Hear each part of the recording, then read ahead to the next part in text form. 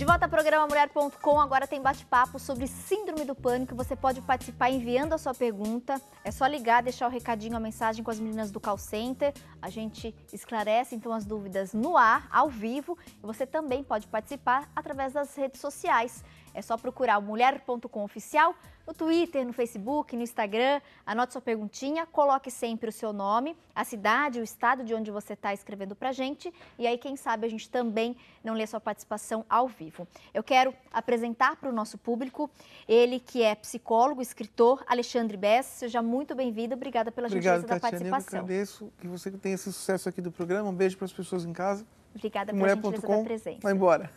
Vai embora no bom sentido, claro, né? Continue. Se Deus quiser. Alexandre, a gente te convidou hoje para participar. Existem um grande significativo de alguns telespectadoras passando por alguns momentos difíceis e às vezes elas reclamam que sentem muito medo, uma ansiedade muito grande, chegam a ter até alguns calafrios, percebe a aceleração, né, do batimento cardíaco, o suor excessivo nas mãos. Então elas começam a transpirar bastante e aí a gente pensou em de fato esclarecer. Então até que ponto, de repente é uma ansiedade normal, alguma coisa que está para acontecer, ou às vezes alguma coisa que aconteceu ali na família, envolvendo o trabalho dela, e quando de fato é a síndrome do pânico? Como que a gente vai de repente diferenciar a ansiedade da síndrome de pânico? Nossa, você fez uma pergunta muito legal e que foi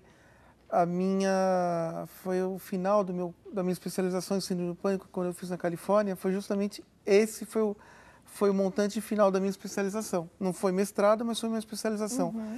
A síndrome do pânico é uma ansiedade, tá? Ela não deixa de ser uma ansiedade. Se você não é uma pessoa que tem uma ansiedade muito exacerbada, você nunca vai ter síndrome do pânico. Porém, é uma ansiedade no seu ponto de vista mais exacerbado. É o nível máximo que uma ansiedade pode chegar, um transtorno de ansiedade, que é o termo correto hoje, que ele pode chegar em sua degeneração máxima. Então, todas as pessoas bastante ansiosas, é como se elas já tivessem então, essa predisposição para desenvolver esse transtorno do pânico. Exato, porque a síndrome do pânico nada mais é do que a ansiedade no seu grau mais alto. É um sentimento. A ansiedade já é uma coisa muito incômoda, é um sentimento de muita inquietação e que deixa a pessoa numa apreensão constante. Essa é a melhor definição de ansiedade, né? Tem vários tipos de ansiedade, você pode contrair a ansiedade de várias maneiras. A pior delas é quando você já contrai na própria gestação da sua mãe. Aquela mãe nasceu, a mãe não tem culpa de nada. É o ambiente que ela vive, se ela vive num ambiente conturbado ou está numa expectativa muito grande dela, essa criança vai absorver essa ansiedade já no feto mesmo e vai ser revelada aí na adolescência, na fase adulta. Mas os dias atribulados, né, da atualidade, a globalização, tudo isso contribui também. Existe cura, mas veja, Tatiane, eu não vejo nada na psicologia no passado e não vejo nada na psicologia no futuro pior do que a síndrome do pânico. A síndrome do pânico hoje nada mais é do que a histeria nos tempos de Freud. É uma releitura da histeria dos tempos de Freud. É uma doença 100% emocional, ela não tem nada de orgânico, não tem nada a ver com componentes de serotonina, nada disso. Ela é uma doença, é uma manifestação totalmente do organismo na sua maneira psicológica e via ansiedade mesmo. Então não adianta você tomar remédio. Remédio ajuda, mas remédio não cura. O que cura a síndrome do pânico efetivamente vai ser a terapia. Você pode dosar... Tratamento é terapia. Em alguns casos, um ansiolítico também pode ser prescrito para diminuir um pouco a ansiedade, mas ele não cura. Nem o ansiolítico, nem o antidepressivo tem poder para curar a síndrome do pânico. Alexandre, quais são os sintomas que as pessoas devem ficar atentas, ou de repente até as pessoas que convivem, né, os familiares, os amigos, que devem chamar atenção, por exemplo, que a situação está ficando séria, está fugindo do controle? Porque você me disse, então, todas as pessoas que são muito ansiosas, elas podem manter esse grau de ansiedade durante toda a vida, ou pode ter esses picos e ter esse transtorno do pânico. Então, durante esse degrau, né, quais são os sinais que a gente pode observar, de repente, em nós mesmos ou no outro, para, de repente, buscar ajuda? Taquicardia, picos de pressão arterial. A gente está aqui conversando, a nossa pressão está normal, de repente a pressão vai embora, sem nenhuma manifestação para que isso possa ter ocorrido, sem nenhum elemento aí que pudesse desencadear. A síndrome do pânico consegue fazer com que a tua pressão dispare, mesmo sem você ter um agente aliciador específico, ou seja, alguma coisa que desencadeou, tá? Mão suando, a dispneia, que é um termo que significa falta de ar, né? Que é um dos piores, porque a pessoa ela está respirando, mas ela tem a sensação de não estar respirando, que isso é muito horrível. Então você fica lá naquele desespero. Um pouco de tontura, um pouco de vertigem você pode ter também, você pode ter incômodos inespecíficos ou sintomas atípicos de alguma dor, de algum enjoo, de alguma coisa que não vai bem. De todos os sintomas da síndrome do pânico, Tatiane, o pior que tem é aquela sensação iminente de morte, você acha que você vai morrer, né? E quando você está num ciclo de síndrome do pânico, quando você está manifestando o sintoma, esse sintoma ele é cíclico, ele pode dar, geralmente hoje a síndrome do pânico pode dar de 2 até 5 vezes por dia, dependendo do caso. Tudo se ela isso, pode, Alexandre? se ela é leve, moderada ou severa, até 5 vezes, não tem na literatura mais que 5 vezes por dia. E ela dura um quadro de 20 minutos. Se você tiver naquele momento manifestando o sintoma e você for medir todos os seus dados clínicos, você vai achar que você está morrendo, porque está tudo alterado ali. Pressão arterial, pulsação, oxigenação, está tudo alterado. Daqui 20 minutos zerou, tá? Você pode ter síndrome do pânico específica com agorafobia, que seria o quê? Por exemplo, você está em casa e você põe o pezinho para fora, acabou. A partir do momento que você pôr esse pé para fora, ou que você sabe que você vai ter algum tipo de responsabilidade, ir no correio, botar uma carta, ou ir num banco, pegar uma fila, você não aguenta, você não segura a onda de estar ali. Ela manifesta. É uma insegurança muito grande, um medo? Porque a síndrome do pânico ela pode ser com e sem agorafobia. A diferença é que com agorafobia você sabe onde que ela vai dar, porque ela só dá especificamente, tá? E sem agorafobia é essa que eu falei que ela dá o tempo todo. Você tem hoje nos Estados Unidos você tem um estudo muito novo que mostra que você pode ter sintomas de pânico, que são os que eu relatei aqui, sem você ter necessariamente o transtorno de pânico. Mas eu não vejo nada, como eu te falei, nada na psicologia no próximo milênio dentro das doenças psicológicas, porque a síndrome do pânico não é um transtorno psiquiátrico, é um transtorno psicológico. Então veja, não tem nada pior. Ela não leva à morte, isso é muito importante, ela não mata, mas te leva a um sofrimento muito grande.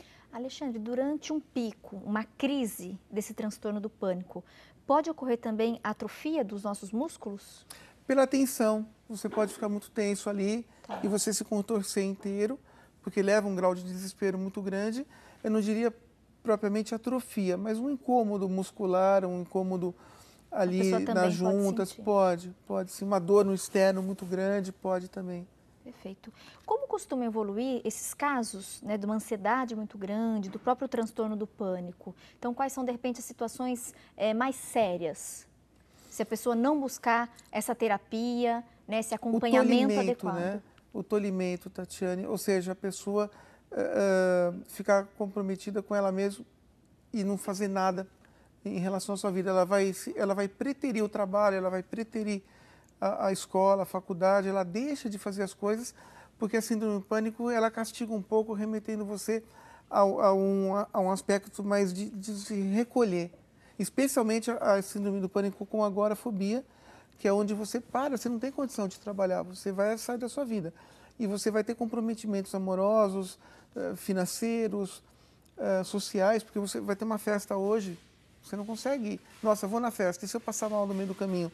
O IC, a pergunta IC, né? E se acontecer isso, e se acontecer aquilo, é muito comum na vida de quem... acaba bloqueando a própria convivência dessa pessoa Essa seria com a sociedade. Eu acho que é uma grande manifestação negativa, aí uma das piores da síndrome do pânico. Realmente, o seu tolimento, você ser cortado, ceifado das suas atividades.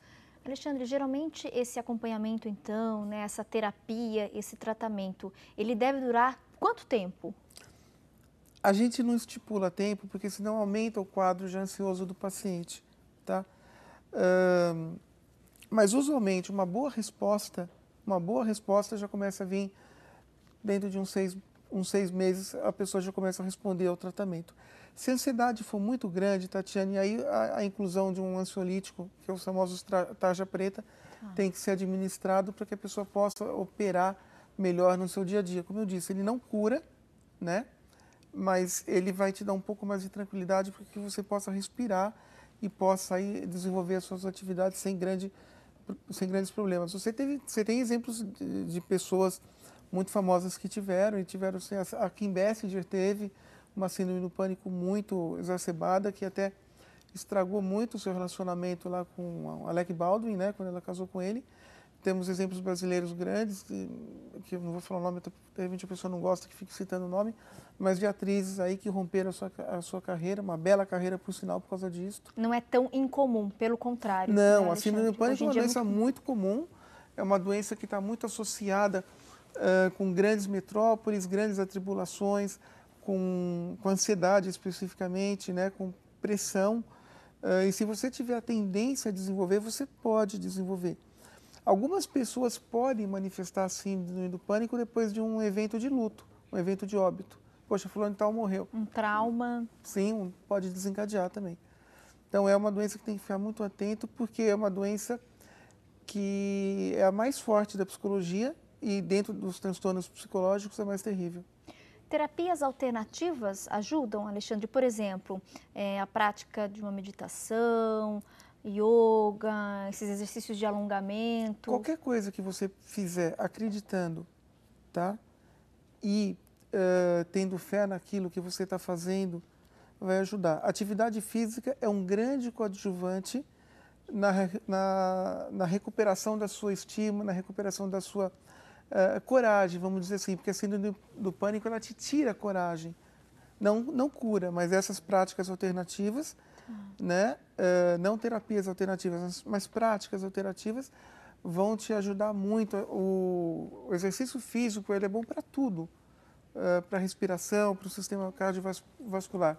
Uma coisa muito importante para quem tem síndrome do pânico, passar no médico semestralmente, para o médico falar para a pessoa aquilo que ela quer ouvir. Eu não tenho nada. Então, a partir do momento que ela entender que ela não tem nada, né, dentro do seu aparelho cardiovascular, dentro do seu pulmão, dentro de todo o seu organismo, o cérebro vai começar a processar essas informações. Fazer um check-up. Exatamente. Mesmo. Todo mundo tem que fazer um check-up anual. Isso é fato. Agora, quem tem síndrome do pânico, quem tem uma ansiedade mais exacerbada, 2 vezes por ano é o suficiente para que a pessoa se convença, né, nem que seja por osmose, nem que seja devagarinho, que ela não tem nada e vai podendo operar com isso. Porque a partir do momento que ela tiver a consciência que ela tem alguma coisa psicológica e ela quer se tratar, é aí que é o sinal que ela tem que ir. Ela tem que buscar esse tratamento querendo e tendo a consciência de si mesmo que ela tem um problema psicológico e não orgânico. Perfeito. Durante o nosso bate-papo, eu acabei repassando também algumas perguntas que chegaram, especialmente pelas redes sociais. Então, as principais dúvidas a gente conseguiu esclarecer. Eu queria aproveitar nesse finalzinho de bate-papo, Alexandre, queria pedir orientações para você. Como é que a família deve se portar diante de uma pessoa que, de repente, tem essa ansiedade muito forte ou já tem o transtorno do pânico? Né? Como se portar, como conviver e como ajudar essas pessoas?